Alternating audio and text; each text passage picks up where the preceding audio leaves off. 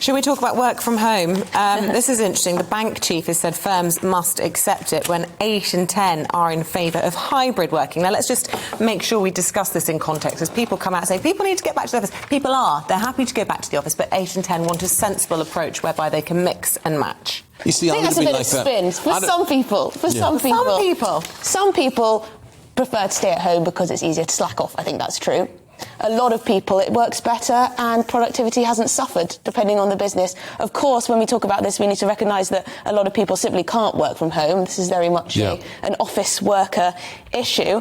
It's interesting that Andrew Bailey of the Bank of England has been talking about this.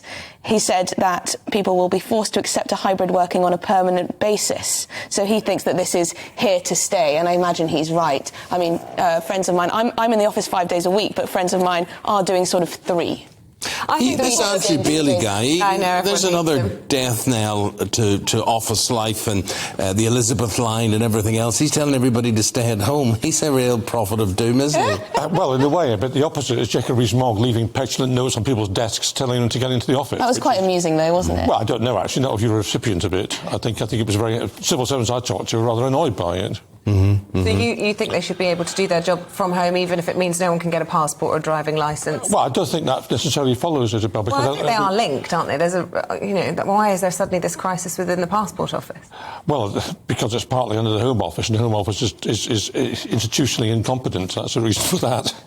Okay. Speaking as a former minister, whether they're at home or not. Exactly, why is it new? What's changed? The fact that they're not from home. Otherwise, it would have ground to a halt before. There's a direct correlation. I don't know, actually. I think the fact of the matter is some of these passport issues have come up because following Brexit, some of it's down to understaffing. I don't think it's due necessarily and the to pandemic, obviously. And the pandemic. Travelling again, so they've had a load of applications. That's right. Exactly. So I don't think it's to do with working from home. I think it's a bit about that. Don't you remember the Times report investigation into the DVLA? They found that managers and staff were boasting about sitting at home on watching Netflix on full pay, doing nothing. Well, I wonder whether they're sitting in the office watching Netflix, actually, in Swansea. That is an interesting point you make. Yeah. You talk about people being in the office 5 days a week and they like being at home because they slack. I know plenty of people who go to work and slack in the office. That's true. You can slack at the office. And you can slack off anywhere. Really hard at You home. can walk around with a piece of paper looking very busy and important when you're doing nothing.